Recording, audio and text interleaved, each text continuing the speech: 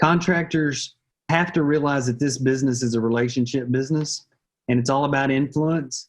And now with the internet, with social media, that word of mouth is still alive and well, but now it's amplified.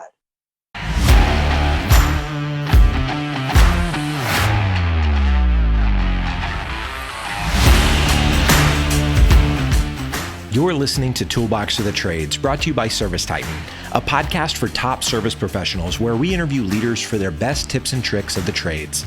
Learn how industry trailblazers stay ahead of the competition and how you too can be at the forefront of an industry. Let's jump in. Hello, contractors, and welcome to the Toolbox for the Trades. I'm your host, Jackie Aubel, and today's guest is Chris Hunter, a man with many, many titles.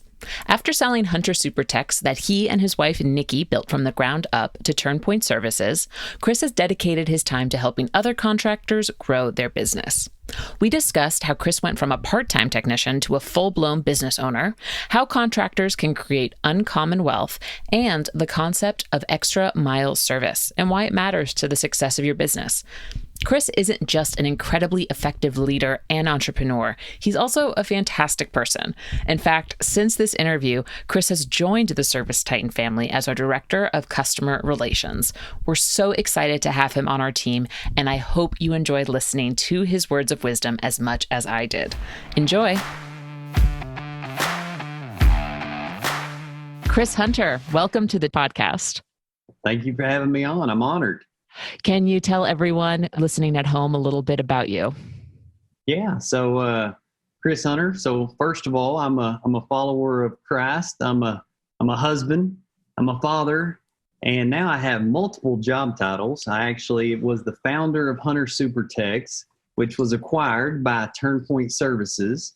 So now I work with Turnpoint as well as the Director of Business Development, helping grow that whole platform. And then I also partnered with one of my mentors, Ben Stark, in a training company called Go Time Success Group. So I kind of got my irons in a lot of fires right now. Yeah, you certainly do. Geez, it's three job titles. That's right.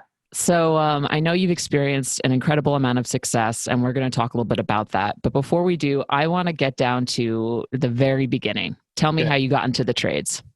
Awesome. Probably a lot like a lot of contractors did. I actually took an HVAC course in high school as a blow-off course. I ain't gonna lie. I was a baseball player, and I thought, hey, this will be an easy half day.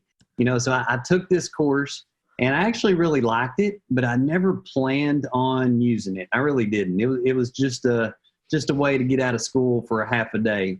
But after that, as luck would have it, I ended up hiring on with AT&T as a communications technician.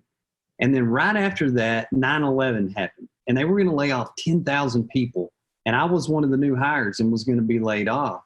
And luckily, there was an older gentleman. I'll never forget this guy because he had such an impact on the direction of my life. But his name was Sandy Kelso.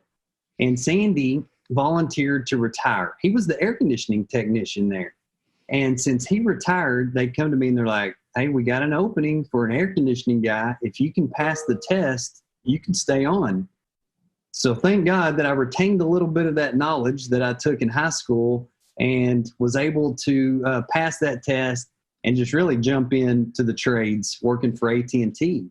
And from there, I studied everything I could. I was like a sponge. I just fell in love with the trades, with the work, with the challenge, and the gratification of seeing at the end of the day, hey, I fixed that or I built that. And from there on, I ended up getting my contractor's license and just starting my business on the side, on working weekends and evenings for family members. And then finally took the jump into full-time business ownership in 2009. And right after that, it was a struggle. I think I faced what a lot of contractors do. I was a great technician, but I had no clue on how to build a team, on how to run a business, what my numbers should be, how to find a great software. So I faced all these struggles. So I read Ron Smith's book, HVAC Spells Wealth, and just started implementing everything I could out of that. And then after that, I joined the Service Nation Alliance and was a sponge, just started soaking it up.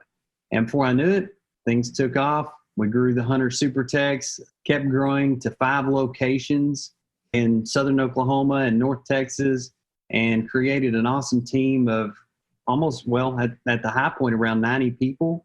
And then we were acquired in 2018 by Turnpoint Services. What an incredible story.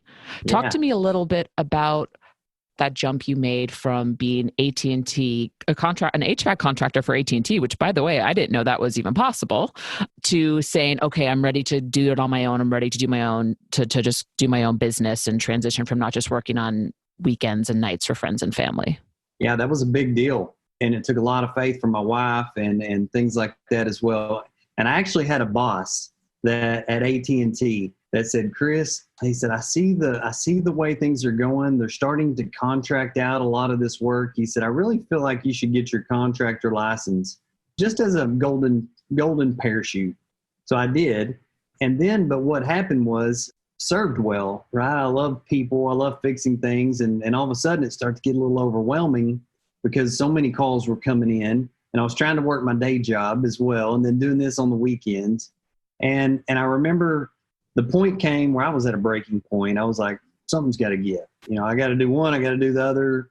Something's got to give. And I talked to my wife, and she said, Chris, just, it's go time, right? Just go for it. You can do this. And I left a very comfortable job paying, $70,000, $80,000, which was a great, comfortable place in Oklahoma. And then I went to paying myself $25,000 that first year in contracting. And I'm thinking, what in the world are we doing here? Why did we do this? But then I was reminded that, nothing great happens in your comfort zone. So if you're going to do something, you got to give up first to be able to go up. So, but it takes good people to support you, right? So I had that support, and really without her encouraging me to go out on that limb and trusting me that, hey, we're going to make this work, no telling where we would have been today. Totally. And what's your wife's name? Nikki. Yeah. And she works at Hunter Super Techs still today, right? She was always just my support system, right? So we would go to the office every day, and I didn't really want her to have a job per se at Hunter where she was tied down to the phones or anything like that.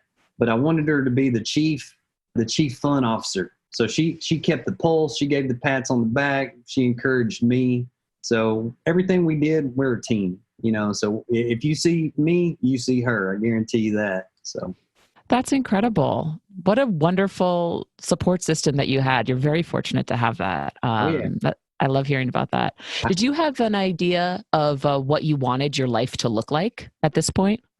No idea.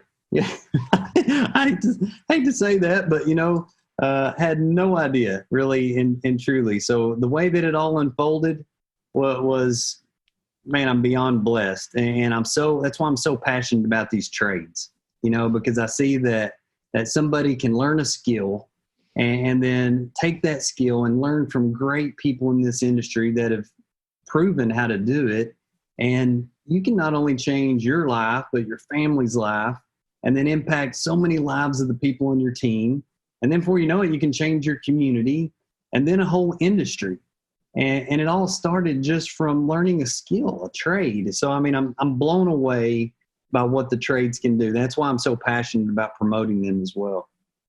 And I think it definitely has to be promoted. You said so yourself. When you were in school, you were trying to be a baseball player, and I'm constantly blown away in my work that I do at ServiceTitan. Like, I had no idea the trades offered this type of opportunity for people, which is one of the reasons why I'm doing this podcast. So what would you say to maybe high school kids or people who are out of high school, out of college, who maybe don't know about the trades or what it has to offer? What would be your pitch? Yeah. So the beauty about trades is no one can ever take that skill from you. So even if you never use it, believe me, you will, but if you learn the skill, no one can take it. And also I feel like the word is getting out. So for a long time, everyone was told, hey, you have to go to college. You have to go to college. You have to go to college. And now we have this big technician shortage, right? But I think this can be changed, and it will be changed by leaders in this industry that not only make this place a fun environment, but then also help promote the possibilities of what can be accomplished. And I know we're transforming this whole industry and this tech shortage. It really can be changed. So my advice for the young people is, hey, no matter what you want to do, try to learn the trade. It's just a great backup plan, and you may fall in love with it. Yeah, I think that's great advice. Yeah. So talk to me about, that transition from $80,000 a year to $25,000 a year. What were some of those really sticky points that you were getting caught up on as you were trying to grow your business? Yeah. So right away, the typical transition for a technician that has what Michael Gerber calls the entrepreneurial seizure is you get in and you're great at solving one problem at a time. You're great at fixing that one air conditioner and then moving to the next one. Or then you, as a business owner, all of a sudden, everything you were good at, fixing a machine one problem at a time, you spend 80% of your time doing other things, stuff like payroll and marketing and taxes and how to do all this office stuff. And before you know it, you're like, I'm not even doing what I was good at. I'm doing a completely different job. So the hardest part was getting over that. What was understanding that, hey, operating a business is totally different than being a great technician. They're two totally different jobs, and you have to put the same passion into learning the business as you did learning the trade, right? Or otherwise you'll be stuck. And so many contractors get stuck. They get stuck at that one level. They can never get over the hump. And ultimately, when I was stuck, I realized that it was me. I was the reason we were stuck. And if we were going to grow, I was going to have to grow my own leadership ability and really learn how to build a team. So yeah, that was a big sticking point. Totally. And that goes back to what you already said, which is you can't grow if you stay in your comfort zone. That's it. So tell me about how you acquired those leadership skills. How did you learn how to build a team? Oh, man. I went on a relentless pursuit. Everything that I do, I give it all I got. So first, I didn't have any bad habits of learning from working at another contracting company, because at AT&T, we were just a public utility, and I fixed air conditioning systems for them. So I surrounded myself with knowledge from people that were really good in this industry, and I just soaked it up. I wanted to learn everything that I could about what worked, what didn't, because we all know the fastest way to get from point A to point B is a straight line. And if somebody's already at point B, just tell me how to get there, right? That way I don't have to make the mistakes and go back and forth. So I really devoted myself to that. And then I also had to give up some stuff. I realized how much time I was watching TV and things like this. And I wasn't a reader, but I made some commitments. I said, you know what? This is worth it. My family's dependent on me. This team's dependent on me. So I quit watching TV, and I would read books on leadership, on team building, and other things I was passionate about. And before I knew it, I fell in love with reading. And that was one of the greatest gifts, because people always say leaders are readers. Well, it is true, right? So it all came down to being committed enough to give up what was not important, and then being committed enough to focus on what was important. That was how I made that shift. Yeah. And I love that you bring up reading. So far, every interview I've done, we've mentioned about 3 or 4 books per interview. And I think I'm going to have to maybe start some sort of trade entrepreneur book club. There you go. But you mentioned HVAC Spells Wealth. Is there any other books that really resonated with you? Oh, yeah. Yeah. So HVAC Spells Wealth is definitely the top on the list. That was a no-brainer to get started.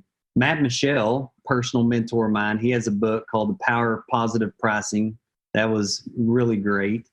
And then a standard staple is John Maxwell. I'm a John Maxwell certified executive director and just love everything that he teaches about leadership. But the 21 Laws of Leadership, I think that ought to be required reading for anybody that assumes a leadership role.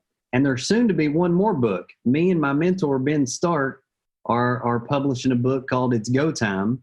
And it's all about the transformational journey from technician to growing a business and being able to exit that, and really all the steps that we took along the way. So we hope to have that out by the fall. Oh, wonderful. You'll have to work with me and see if we can purchase some of those copies and give them away as a promotion. I think we would totally be down to do that. Yeah. Oh, in fact, Aura contributed a chapter to it. So yeah, that'll be a must. Amazing. That's awesome. Yeah. So you when you made that shift in 2009, you realized you had to buff up your leadership skills. You had to give up TV. You had to start committing to reading a lot and surrounding yourself with people who had achieved the level of success that you wanted to. Was there a specific point after that transition was made where you kind of got an aha moment like, oh, this is working? Do you remember that? Yeah, I do. Because, when you want to make improvements and you see all this stuff and you see all these people on Facebook that are doing so well, or you go to a conference and you want to bring back and you just overwhelm your team and you can't figure out why everyone's not moving at the same speed as you, it's a little overwhelming. And a lot of people, that's when they get stuck again because they just give up because they want to implement, they want to do all these things, but it's just so big. But the law of the process, basically every day when we left, we wanted to leave it just a little bit better. And I remember after time was going on, we looked back and we saw all that progress that had happened, just a little bit at a time, just improve this system, just improve that one, just little changes along the way.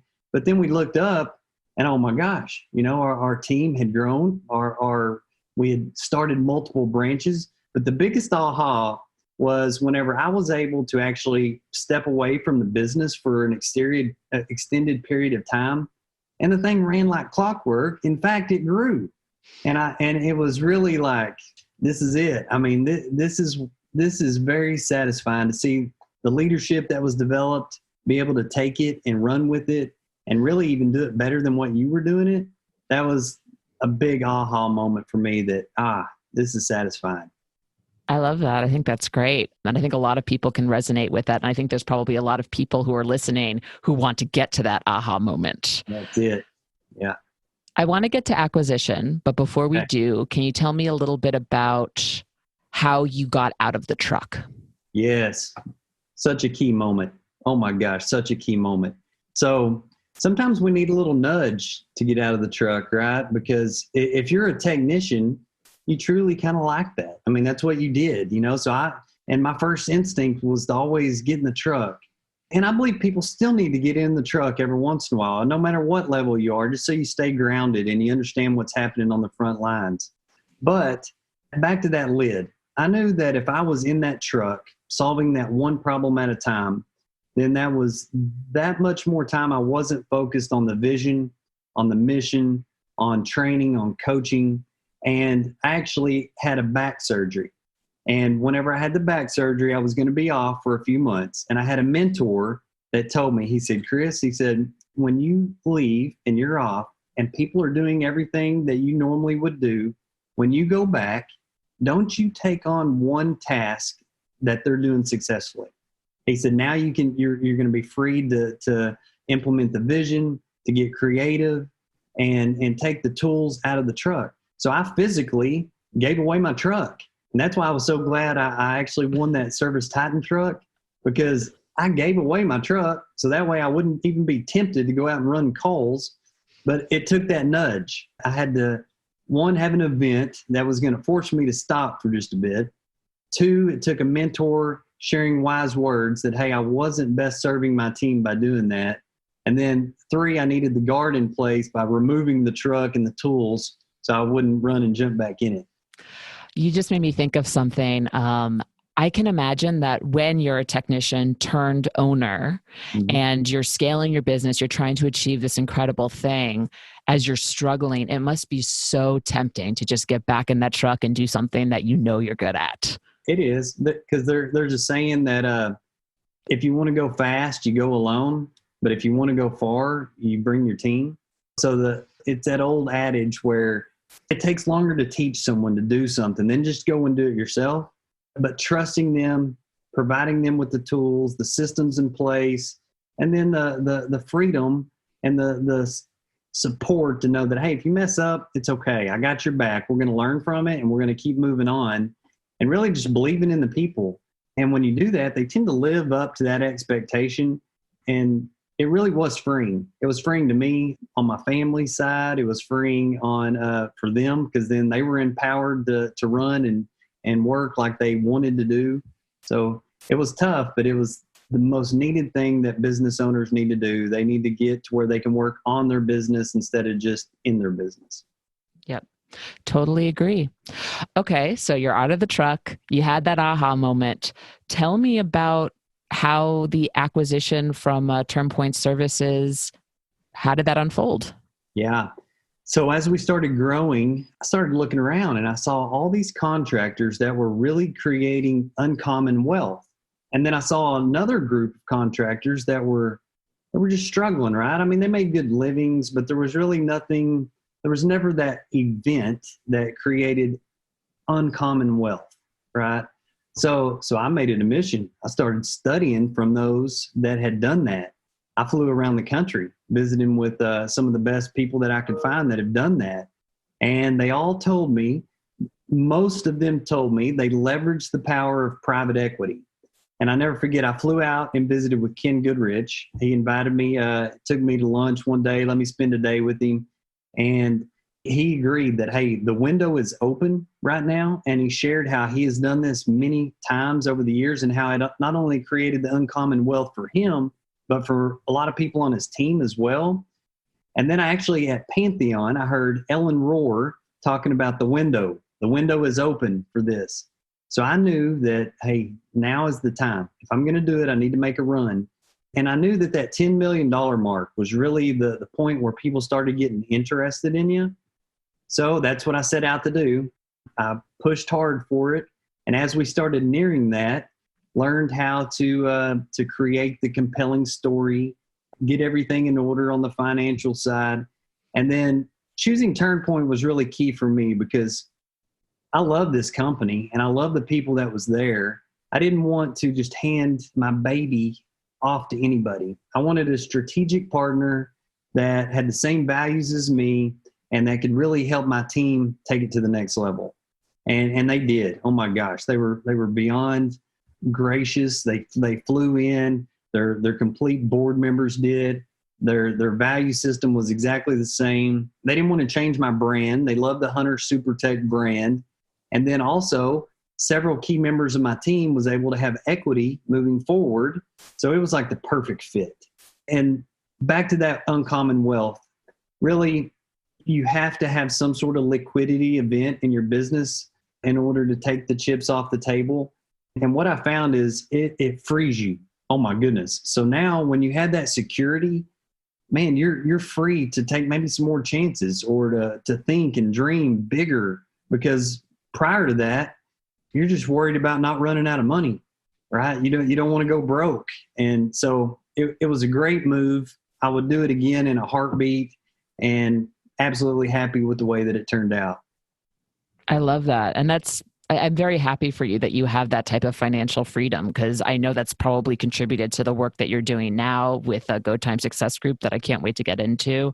Yeah. But I would love to talk about your value system. I'm actually reading a book myself right now called Dare to Lead by Brene Brown. Have you read her stuff? I have not, but I'll have to check it out. She's very good, but she's talking about how identifying your values as a leader is crucial because it's your North Star. So what would you identify as your values? Yeah, mine is simple, and it's almost personal but it's love, serve, and build. And build means building others up or being creative. And everything that I do, I mean, even at Hunter, we all still wear these little bracelets, Hunter SuperTechs, and it's got my favorite Bible verse on there. It's called Colossians 3:23. But this really is my value system, and I even incorporated it into the mission at Hunter. But it's whatever you do, work at it with all your heart as if you're working for the Lord and not for men. But that gave me meaning. That meant that if I'm sweeping the floor, if I'm doing paperwork, I'm out closing the biggest deal, I'm going to give it all I got. And I want my team to do the same. So that is our value system. It's hit it hard, right?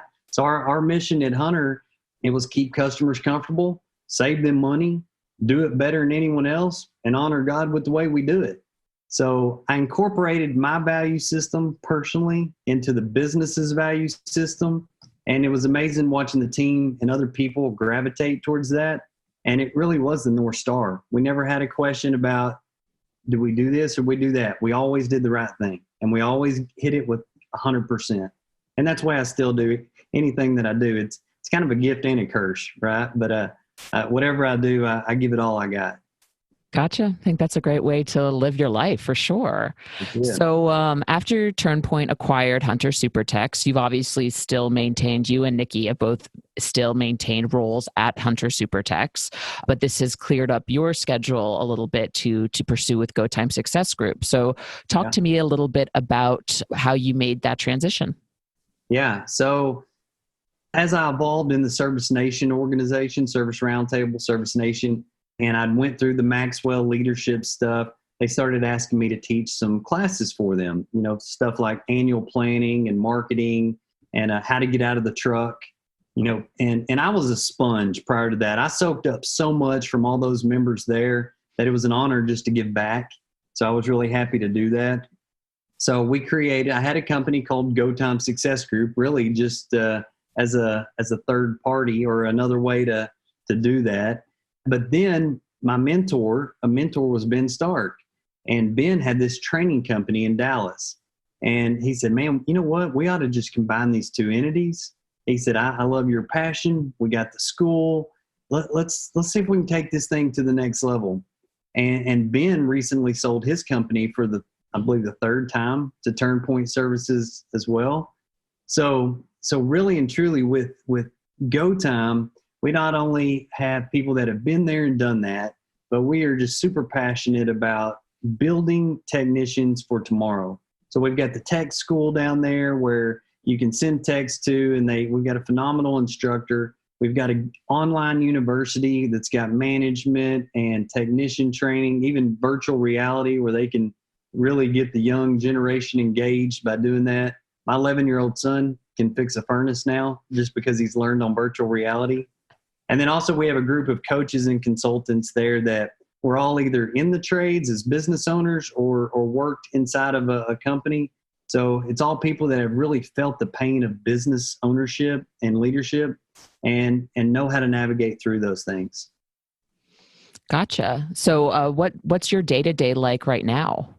Yeah. My day-to-day is not that much different than it's been the last several years. So I wake up every morning, I spend a little time with God, right? And then have the privilege of taking my son to school. And then after that, it's a combination of still learning, of coaching, of thinking, and really just trying to be creative. I love creating things. I love helping people be creative. And then at home, it's playing with my grandkids and really enjoying that family life and doing that. So that has really been my day-to-day for several years. Once I got the business where it was running without me having to fight every fire. That was the key, is making that transition. And so now you've really been able to create a schedule that fulfills you personally and both professionally. That's wonderful. Yeah. What's most important, right? That's what I think. All right, what's most important? And let's prioritize the day to do what's most important. And I love it. I do. That's great. I want to get into strategies soon, but before we do, I did do a little bit of research on you before we jumped on this call, and you have dozens of awards. It's the Tom McCart Consultant of the Year Award, Contractor of the Year, the 2016 ACHR Best Contractor of the Year. I want you to tell me about the impact receiving these awards has made on your life, both personally and professionally. Oh man, I'm just so humbled and so honored really to get those, because honestly, it all goes back to surrounding yourself with great people, because the people I wouldn't be anywhere. I'd still be stuck in that truck if it wasn't for the great people at Hunter that came along beside me, that lifted us all up. So the best contractor to work for, that was, you talk about one that'll make a grown man cry, because the you get nominated by your peers, right? Or the people that work there. So to see what they wrote in and what they said, it just really, really, no matter how much money we made, that alone was worth far more than money. Those relationships and seeing those people, that the impact we'd made, not only in their business life, but in their home life. And that was extremely fulfilling. Now, if you ever do win that award, it opens the floodgates to new recruits. So I would encourage everybody to apply for that thing, or encourage your team to submit you every year. Who knows? You might just win it, right? A cool thing about that is in my Service Nation Advisory Board group, it's a small group that we meet every week. Now there has been 3 contractors in my little group that have all won that award. So that just shows you those that you associate yourself with. Actually, Jim Rohn says you are the average of the 5 people you spend the most time with. So think about that in your business life. Who are you spending the most time with? Well, obviously, I was spending time with people that valued their people and their culture, and it showed. All 3 of us won that award. So that was very fulfilling. The Service Nation Contractor of the Year, that was such an honor, because when I first joined the Service Nation, I had a guy named Daniel Boyette with Benson's, longtime ServiceTitan customer now as well. But Daniel took me underneath his wing, and I didn't know numbers. I didn't know sales goals. I didn't have any of that in place. And he just opened his books and showed me everything that he had.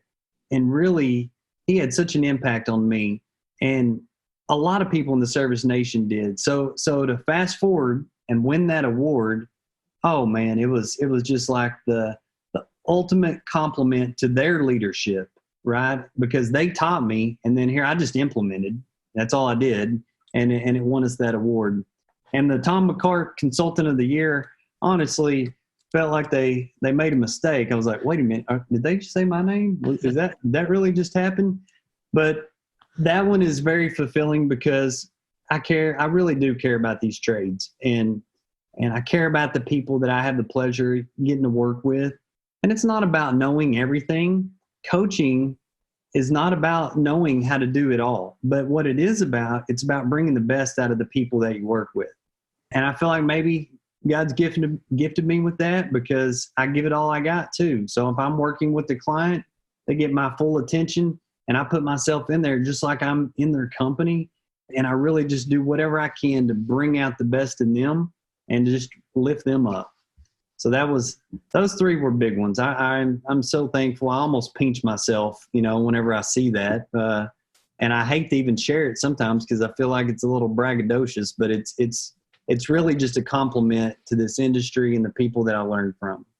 That's wonderful. And I think, I can't imagine what that must feel like, just all the work that you've done to teach yourself not only how to be a technician, but how to be an incredible business owner and to help other people. So I wanted to bring those up. One other question before we get into strategy. What advice would you give people who are looking for mentors in the trade? So people that are kind of in that place you were in 2009, around that time period. Yeah. So first thing first, any mentor that you have, and there's a lot of phenomenal ones out there, but I really believe the value system is the first thing that you need to look at. I think that you can learn from people that may have a different set of values than you, but be guarded with who you listen to, because a lot of people mean well and their strategies may work, but it may not be a fit for your culture, right? So that is number one. Choose a mentor that you respect. I also believe in choosing a mentor that has been there. They know what you're going through. They know that pressure of a business owner, how much weight it carries, not only financially, but just the team, the customers, the rapidly changing landscape of the internet, everything that's coming at it. So a mentor that has been in those shoes, I think, is very important. And then the last thing is, it's tempting to have several mentors, and that's okay. But I really feel like you need to rein it down and learn from 1 or 2. Classic example, we would send our techs to all this sales training, and it was all great, but before I knew it, I had unintentionally just confused the dog out of them, because, do I go this system? Do I go this system? Do I do this? Do I do this? So that's why I think it's important. Once you find the one with the right value system, the one that's actually been there, and then stick with one or two and run with it. When they say something and it's worked, implement it. That's what I did. I didn't have to second guess it. I just heard great advice. The next day, I took action on it. And not just action, massive action. That was the key. What's massive action? That's going back to giving it all you got, so you can take action and kind of do something, or you can just hit the fire out of that thing. So if it lines up with our mission and our values and our vision, we're going to give it all we got, and that's what it takes. That's great. Is there anything about your journey in the trades, how you got to where you are today, that we should have talked about that we didn't? Well, one kind of unspeakable in this industry, and Matt Michelle wrote a phenomenal article about it in, I believe it was Contracting Business Magazine here recently. But it's about the pressures that business owners go through and how it can cause depression, and it's so you get the highest of highs in this industry, but you can also have the lowest of lows.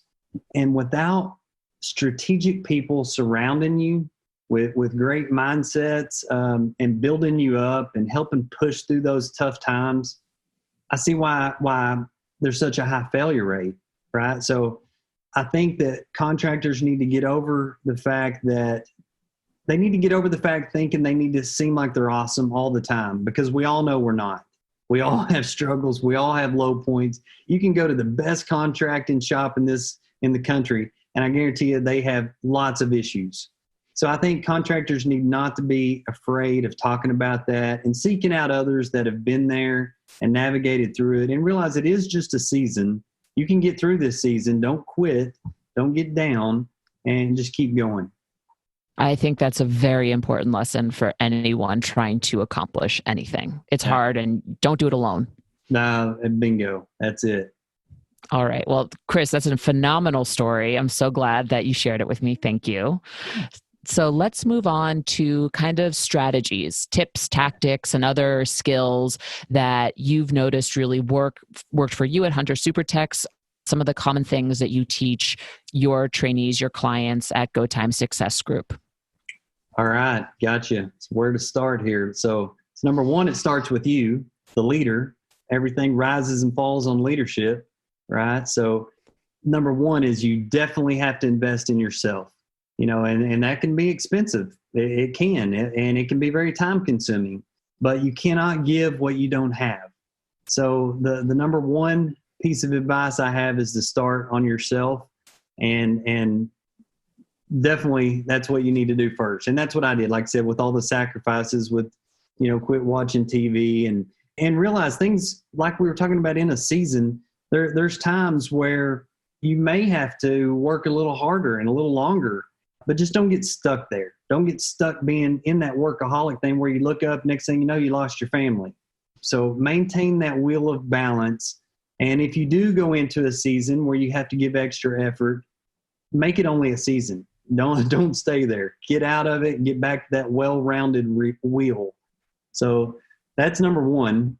A couple things in growing Hunter, definitely joining or being involved with the best practice organization. And there's so many great ones out there. I love the Service Nation, but anyone that has where a group of like-minded individuals where people are figuring things out, where you can share best practices. Otherwise, you're operating on an island, and there is nothing tougher than trying to figure it all out yourself. So why reinvent the wheel when so many people have the roadmap? So let's do that, right? Maintenance agreements. ServiceTitan helped me phenomenally in this thing, but I don't even call them maintenance agreements. We call them club memberships. Learning how to do that will create the year-round work for your business. That was definitely a huge key for us recruiting new technicians. There was a lot of other people that weren't focused on growing that. We were, and we were able to get their technicians, especially in the slow times of the year, because we had the work and they didn't. We want to maintain that relationship with the customer for sure. Another great tip or trick, I guess you could say, not even a trick, but just a principle, is contractors have to realize that this business is a relationship business and it's all about influence. And now with the internet, with social media, that word of mouth is still alive and well, but now it's amplified. So you have to have a strategy on your social media, on reviews. You're going to live and die by your internet presence, right? So we were lucky enough at Hunter to kind of harness that early, right when social media was coming out. My daughter told me, "Hey, Dad, you got to get on this new thing called Facebook." I'm like, "Oh, yeah? What's that do?" But so anyway, that we built complete new locations by utilizing nothing but social media and influence, walking around, shaking hands, meeting people, getting involved in the community, giving back, because ultimately this is a people business, right? People like to do business with people that they like and who they trust. So those were the biggest things that really catapulted us at Hunter to kind of not only a fast start, but just a meaningful start. Gotcha. I think that's a really succinct and great way to describe them. I'd love to go into these a little bit more in depth. So the first one you mentioned was, staying rounded and keeping that level of balance. Yeah. What's the best way that budding business owners can kind of check in and make sure that they're not overworking themselves, but at the same time still paying attention to the business and making sure that it grows? So anybody that's driven in any line of work probably faces the same thing that I did, where there is no off switch. Oh my gosh, you want to turn it off, but you just can't. Even if you go on vacation, you're sitting there and you're thinking, oh man, we could probably implement this, or I need to do this, or I could do this for a marketing campaign. So that is so tough, because if you're driven, there is no off switch. So what I had to learn to do was be very, very, very intentional. And intentional means scheduling my calendar and priorities, and prioritize what was important. Another little trick that I do is I have what's called an intentional calendar. So the intentional calendar is I write down a name each day of somebody that I appreciate, that I need to be intentional about showing that appreciation to. And that's helped me stay really grounded and focused on the people as well. Another thing is I've got this little chart. And a lot of people do. It's called the Wheel of Life. And basically you shade in each area of your life. And it just gives you a visual representation of where you're unbalanced, because it's just like a wheel. It's just like a car wheel. When this thing gets one side that's flat, next thing you know, you're off on the side. You've just ditched yourself, right? Well, the same can happen if you focus all on your business and not on your family. Boom, there it went. You're off in the ditch. So the goal is to keep this thing rounded, but then also grow in all these areas. Because just like a wheel, the bigger the wheel is, the faster and easier it can get down the road, versus a small wheel that just has to really work in order to get down the road. So it took a little just simple tools, being intentional about the calendar, having an intentional calendar, and then a few visual representations of, am I balanced? Am I not? What do I need to work on? And then hitting with all I got in those areas. So that was really a big thing. I wholeheartedly agree. And it sounds like that wheel you were talking about can really be comprised of whatever you need it to be. And that kind of goes back to your value system. It does. No, absolutely. Because even things like fun, because a lot of times we forget to have fun. So, in fact, I'll send you the wheel. You can share it with somebody if you want to. So I'll send it to you. Send me the wheel, because I want to make my own wheel. And also I would love to share it with people who are listening to this episode, because I think that would be really great. Okay, cool. You also mentioned, joining a best practice group, and this seems to have really paid off in dividends for you. Because if you think about it, you just started Hunter Supertex, and I know it was branded differently when you first began. You started it 10 years ago, which in the grand scheme of things, someone who's achieved so much success like you, that's holy cow, that is just a crazy short timeline. And it sounds like that best practices group really gave you the tools you needed to scale fairly rapidly. It was by far the best thing that I ever did. And the ironic part was, at first I was thinking, you know what, I don't really need this. I think I got it figured out. And then I finally realized that, okay, maybe I don't have it figured out, because, I was making like 1.5% net profit and just overwhelmed. I was thinking, okay, maybe I do need to go learn from somebody else. But the first thing that I did was they plugged me into what's called a boot camp. It was and it was like drinking from a fire hose, but it truly was business education for the trades. And I loved it so much that I send all of my managers through it as well. I even took my son to this thing. I thought, you know what, this is more valuable than 4 years of college. It really was. But then after that boot camp of learning how to operate a home service business, and they also taught me about starting with the end in mind. And I was thinking, why would I ever want to start with the end in mind? I'm just trying to figure out how to make a profit here. But what we realized was when you start with the end in mind, even if you never sell, you run your business in a way that is profitable, that's organized, that's systemized, and it works well. So that was oh so key. And then also the people that I met inside that thing. I mean, I got to have some of the best mentors that are even in the HVAC Hall of Fame that cared about me and they cared about helping me, and there was no strings attached. And it was, it really was. And that's why I love seeing new people join those organizations, whether it's Service Nation or whatever it is, because I know that here they go. If they will take action on what they learn, it's going to make a difference. It's going to make a big difference. So that was definitely the very key moment, turning point in my career. Yeah, I totally get that need to want to go it alone. And I feel like a lot of people have that when they're starting something new, because there's so much vulnerability that comes into growing a business and starting a business. And you don't necessarily want to ask for help. But I'm consistently blown away by how powerful the trade community is and how much you want to help one another.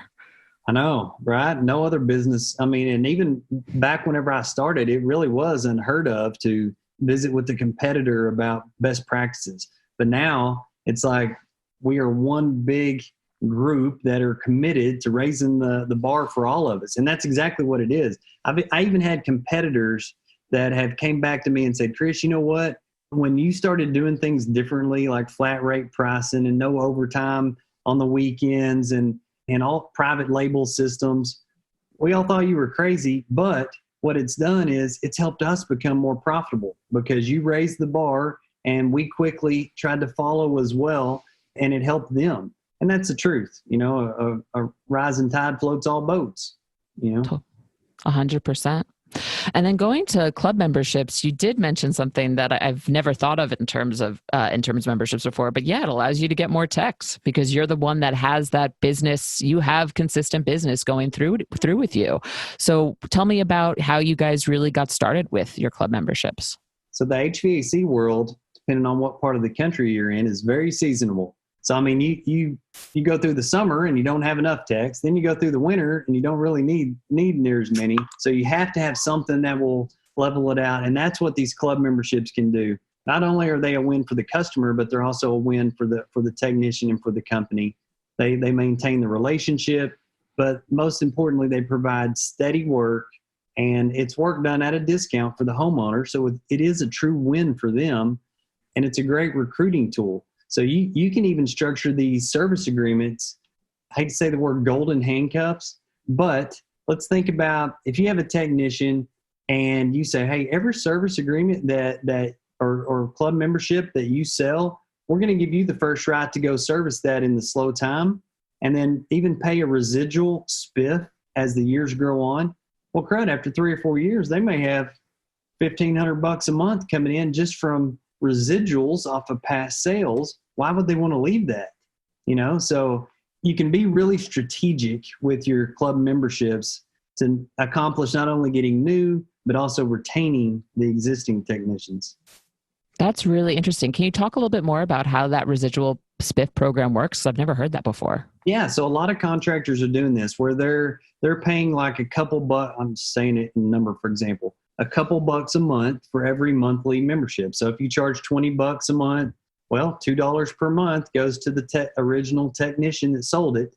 Well, that accrues and just keeps going over time. So the longer that customer stays on board and the more new ones he brings in, before you know it, it's just like the insurance sales business. That's what they do. So you can create a really nice residual income just by being smart in the way that it's structured. And really incentivizing the tech to go above and beyond and give the customer all that they can offer in terms to service their home in the best way they can.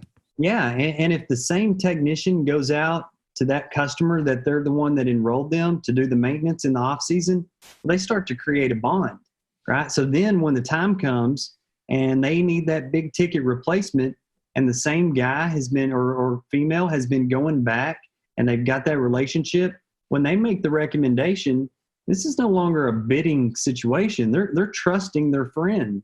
And when he says, oh man, hate to tell you, but it's time. We need to get this thing replaced. The good news is you're probably going to save about 40% on your electric bill. I've got financing that's going to stretch this thing out for 10 years.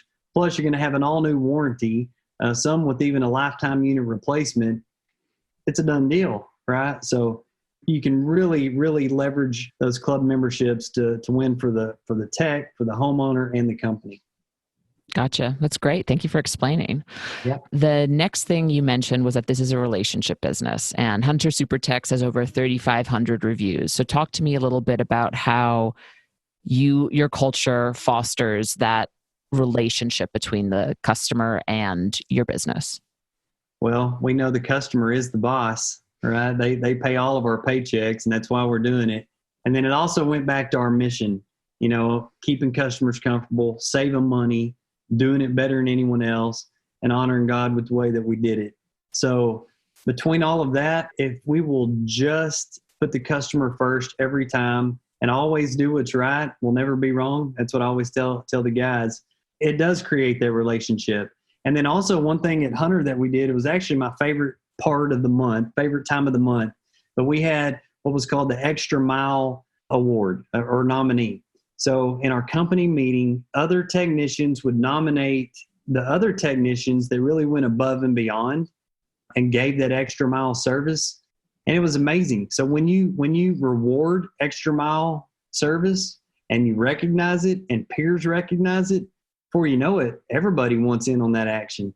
And oh man, I've had so many great stories come out of this, and even things that blew up on us, like with customers.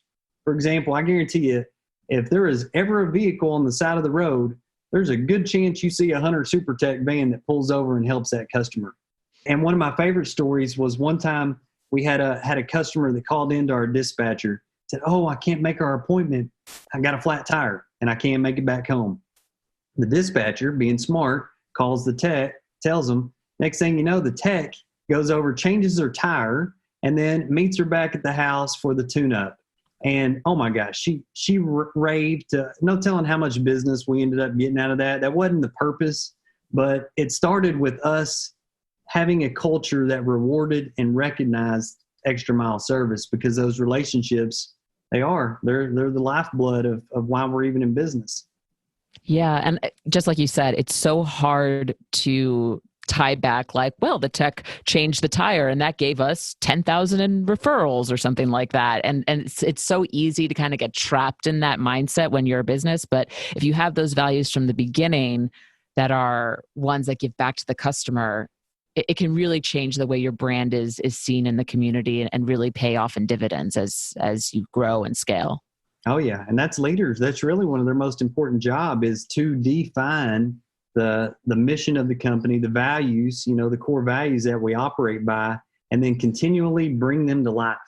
So another thing in our monthly meeting, and I learned this from a Service Nation contractor, but each meeting we take one core value and we talk about how do we bring this to life this month.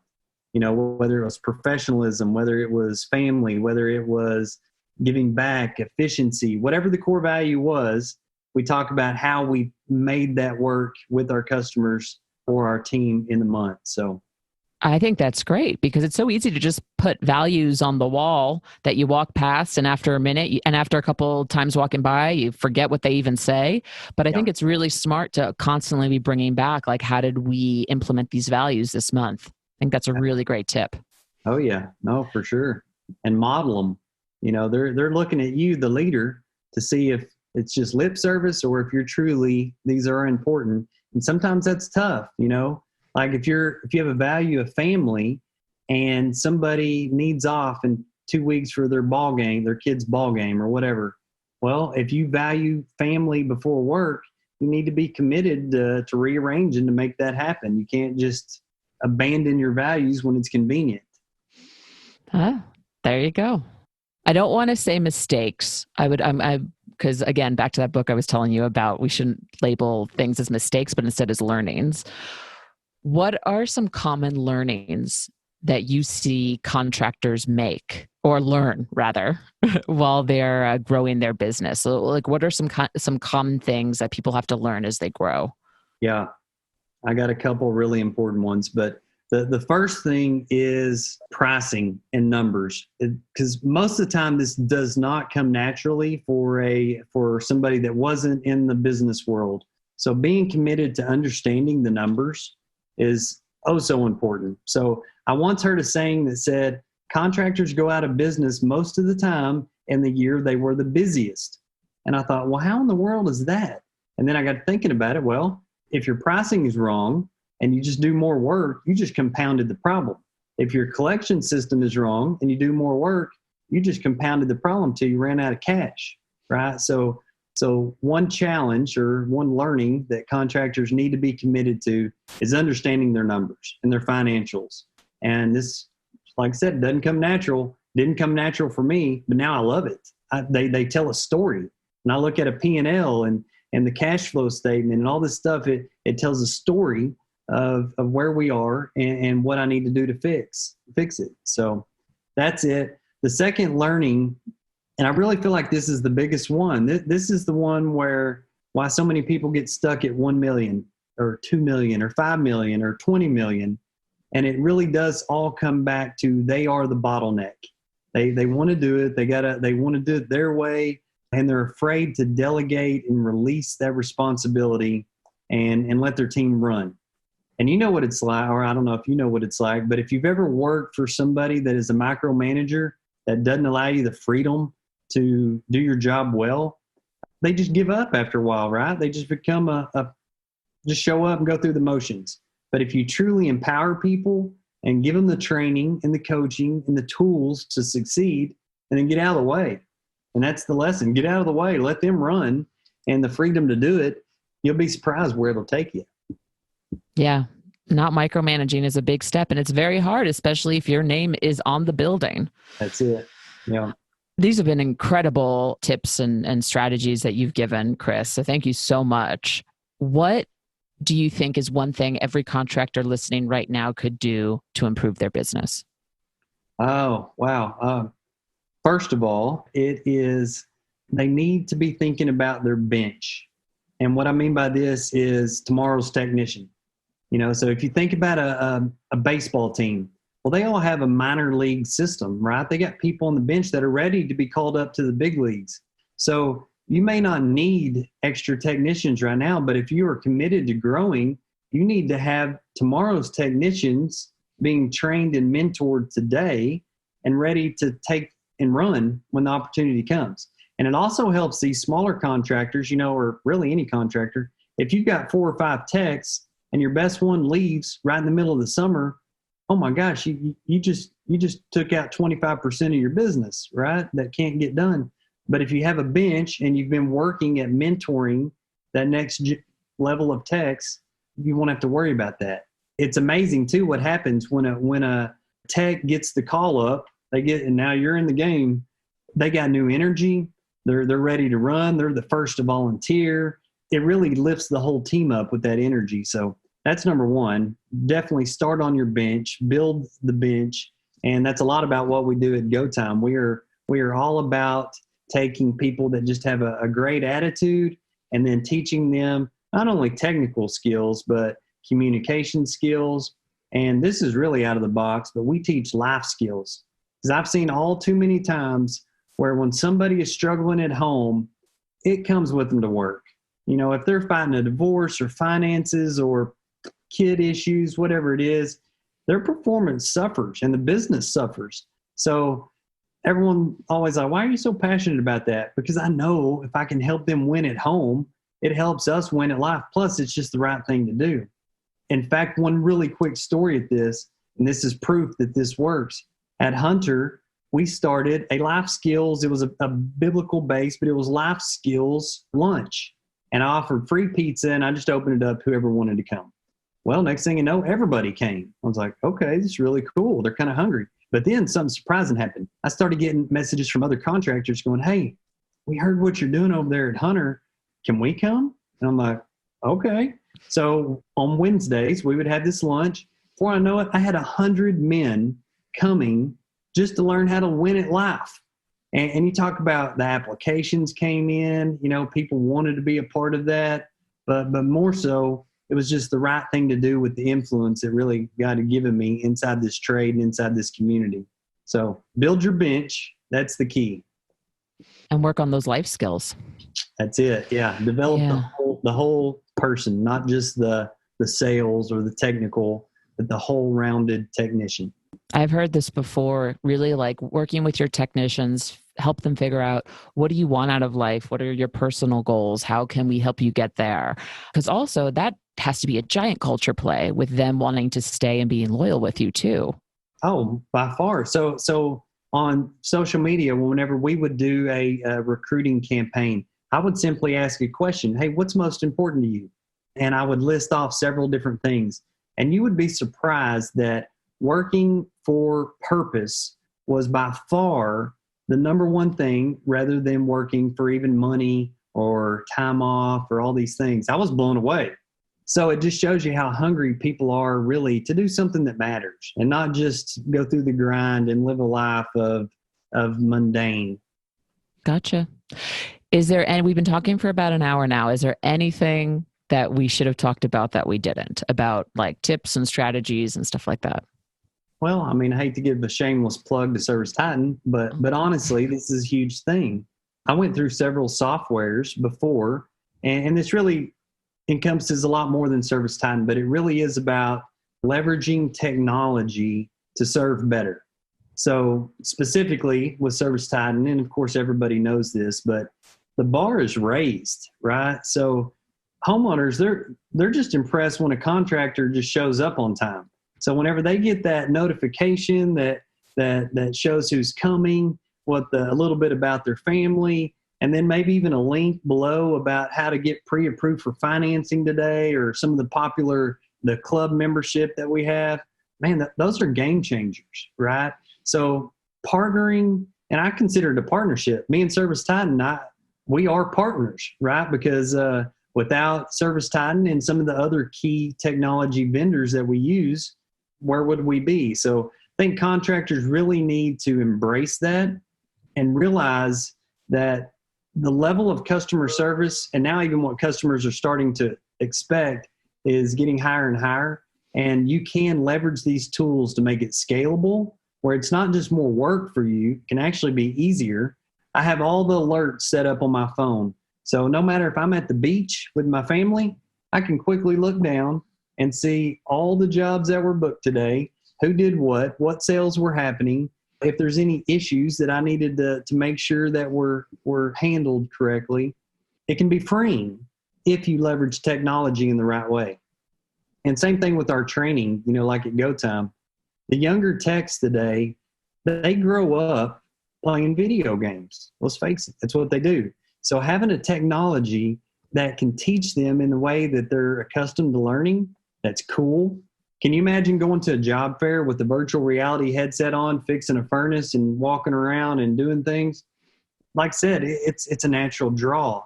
So the lesson in this is to leverage the technology, realize it is a partnership, and don't be scared of it, and then go for it. Utilize it.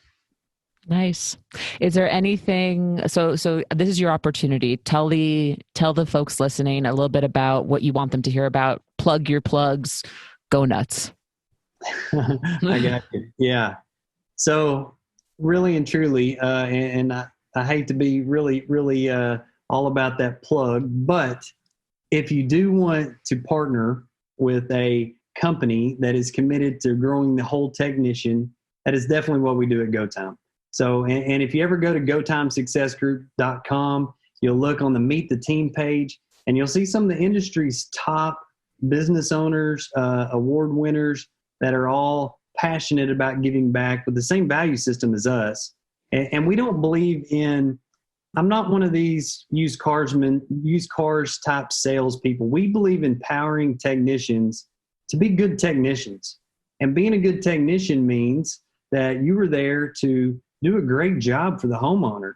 And if you're a super tech, you're going to go in, you're going to find ways to keep their family comfortable, to save them money, to protect their home. And then all your job is to use your ServiceTitan, go through the correct process, and then show the options and let them choose what they want. And that's what we teach at GoTime. We empower them with skills that teach them how to do their job well, how to communicate well, and then also how to win on the home front and with their finances and all these different things like this. So that way they can be an overall well-rounded technician for you. We also have a tech school at Dallas, one of the best ever. You send a tech there, in 12 days he comes out or she comes out and they will be ready to run calls for you. So that's a definite plus as well. Amazing. Chris, thank you so much for being on the podcast.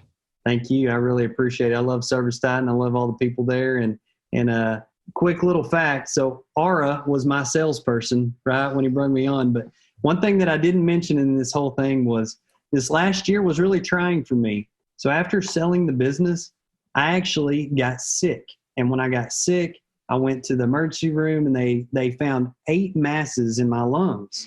You talk about an eye opener. Here I was on top of the world, just sold the company. And then all of a sudden they told me they thought I had stage 4 cancer. And one doctor, an oncologist, told me I had 6 weeks to live. And I was sitting here thinking, oh man, you talk about a reality check. It really makes you think about what's important.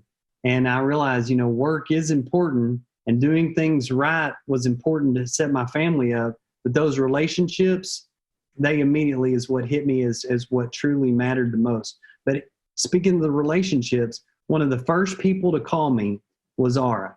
And he reached out to me and he said, Chris, tell me what's going on. And I told him. He immediately got on the phone to one of his, college best friends that was a doctor at MD Anderson, got me connected, got this whole process started where they took a piece of the lung out and was realizing what it was. And praise God, it was not cancer. It was a rare fungus that I had breathed in somehow, but was making tumors and started attacking my body. It was still a butt kicker. Oh my gosh, it kicked my butt for a year, but I was able to beat it. But him doing that, man, and not only that, I got this card from ServiceTitan and they had all these people that were cheering for me, praying for me. And it just let me know that, hey, these relationships, yeah, we used them as a vendor, but it was much more than that. And that's something that money can't buy. And I am so thankful for all of you for that. And I'll never forget it. I really do appreciate it. Well, thank you, Chris. But I remember when we heard about that and everyone was definitely rooting for you. And we were so relieved when we found out it wasn't as serious as you thought it was. So yeah, oh my goodness. Yeah. Talk about an eye opener for sure. But thank you so much for being on the Tools for the Trades podcast. I can't wait for this episode to go live and to share it with you. All right. Thanks. I appreciate you. Thank you. Have an awesome day. Yeah, you too. I'll talk to you later, Chris. I see you. Bye. The grit and know-how required to tackle your community's toughest jobs hasn't changed, but the way companies run their business has. ServiceTitan is the only field service software that was born in the trades, built for the trades. If you're interested in seeing what ServiceTitan can do for your business, request a demo at servicetitan.com/trades, and we'll send you a new Milwaukee tool set, plus a free iPad when you sign up. That's servicetitan.com/trades. You've been listening to Toolbox for the Trades, presented by ServiceTitan, the leading home and commercial field service software. Please subscribe to Toolbox for the Trades wherever you get your podcasts to hear all of our episodes. Want to learn more? Check out servicetitan.com/podcast. Thanks for listening.